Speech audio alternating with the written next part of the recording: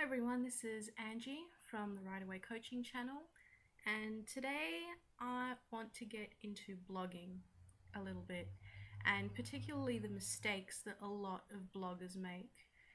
Now, setting up a blog and just filling it with content is the easy part, believe me. I work as a blogger and a guest blogger and a ghostwriter for other blogs, and I have been writing for my own for a couple of months now. And I've noticed that a lot of blogs lack in certain things like quality content and a few other stuff that I'd like to mention. So let's get into the 5 mistakes that bloggers make. Mistake number 1, bad quality of information.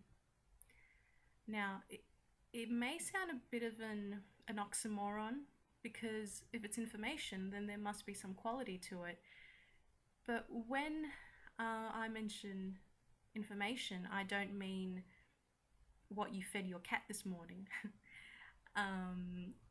Information on any kind of blog should be something that readers want to know. And it should be quality info, it should be well written, and it should be something that the market that you're targeting is hungry for. It can't just be random stuff. And above all, it can't be too generic. Like, even if you have picked a niche, let's say, I guess ebooks. Let's talk about ebooks. You can't talk about what an ebook is in general. There are so many blogs and sites out there that talk about ebooks, what an ebook is, what ebook stands for, and we already know that stuff. We've already heard of it. What can you offer? What is your twist to what ebooks are? Perhaps you can be more specific and write about how someone can create an ebook and upload it to a certain ebook retailer, or how they can format an ebook, or any tips for writing ebooks. Be more specific. Don't be too generic, and always try to create titles that will entice your readers. The second thing that I've noticed, the second mistake regarding blog posts, is bad grammar. Sorry guys, but some of you are just,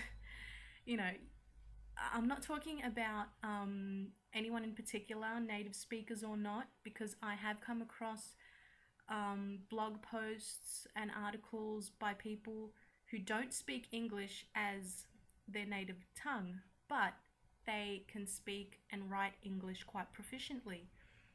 Then again, you find Americans, Britons, Australians that are horrible at grammar. And you can tell, it kind of sticks out if you're in the linguistic field like I am.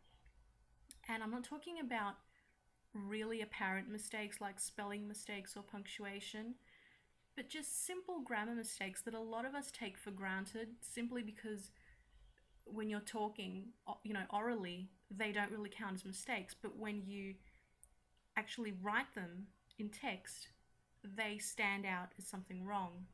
So just be a bit more careful with your grammar, guys. The third blogging mistake that I notice, it is practically all over. Just open a blog right now, okay, any blog, and then open another one about the same theme, the same topic. What you'll notice is that there is no personal touch to blogs anymore. You may have a blog belonging to some health guru, and then you'll pop open another blog belonging to another health guru, and you'll notice that they're saying the same stuff as if they're basically copying each other in a way. And even if it isn't, real hardcore copy, and it's just been slightly rephrased, there's still that same generic, impersonal feel to it. It's like one person has written for both of them. What I like to see in blogs, and I think a lot of readers want to see this too, is a personal touch to your blog posts. Now, mistake number 4 This might not really count as a mistake, but I find that it is very crucial when posting textual material. Usually, there aren't images or videos that accompany these texts. I noticed that the blog posts that have more comments and the blogs that have more subscribers are the ones that incorporate imagery to their textual content. And when I say imagery, that can be just a picture, a stock photo, it can even be a video, but incorporate something to your textual content. Because whether we want to admit it or not, we live in a world of images. You know, no one gets enticed or engaged by text unless he or she reads it, but they will get drawn in by a picture or an image or a video. So try incorporating more images and videos to your site, and of course always cross-check with any copyright details. And the last mistake that I've pinpointed is bad format. Now, when I say bad format, it could be a very well-written text, no grammatical mistakes, no mistakes in syntax, punctuation, spelling, a very nice, clean text, but it is pretty much unformatted. When I say format, I don't mean the structure, I mean headings and subheadings, any keywords that should be stressed and emphasized, you know, that kind of stuff. And that is quite vital to blogging. So always make sure you've got good headings and good subheadings. You know, try to create an intro, a main body, and an outro, or an ending, or an epilogue. Call it whatever you want.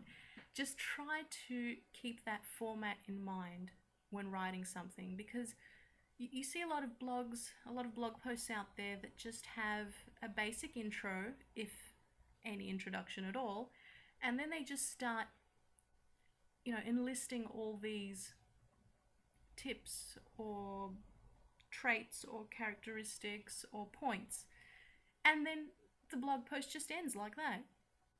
You know, there's no, you know, final conclusion or anything. So try to keep a basic yet substantial format in your blog post. Try to sustain a particular format, and also pay a lot of attention to subheadings, because if someone just clicks on your page and sees this whole diatribe in front of him, you know, just words, I think he or she won't be that interested in reading the whole text. But if the reader notices subheadings, then it will be much easier for him or her to navigate through that text. You know, because sometimes we don't really want to pay much attention to the introduction, but we want to skip on to the next bit, or a specific subheading or subparagraph. So subheadings are always vital to blog posts. Anyway, those were my top 5 blogging mistakes, and I hope you don't find these to be offensive in any way. I have made a lot of these mistakes myself in the past, and happy blogging. Bye bye.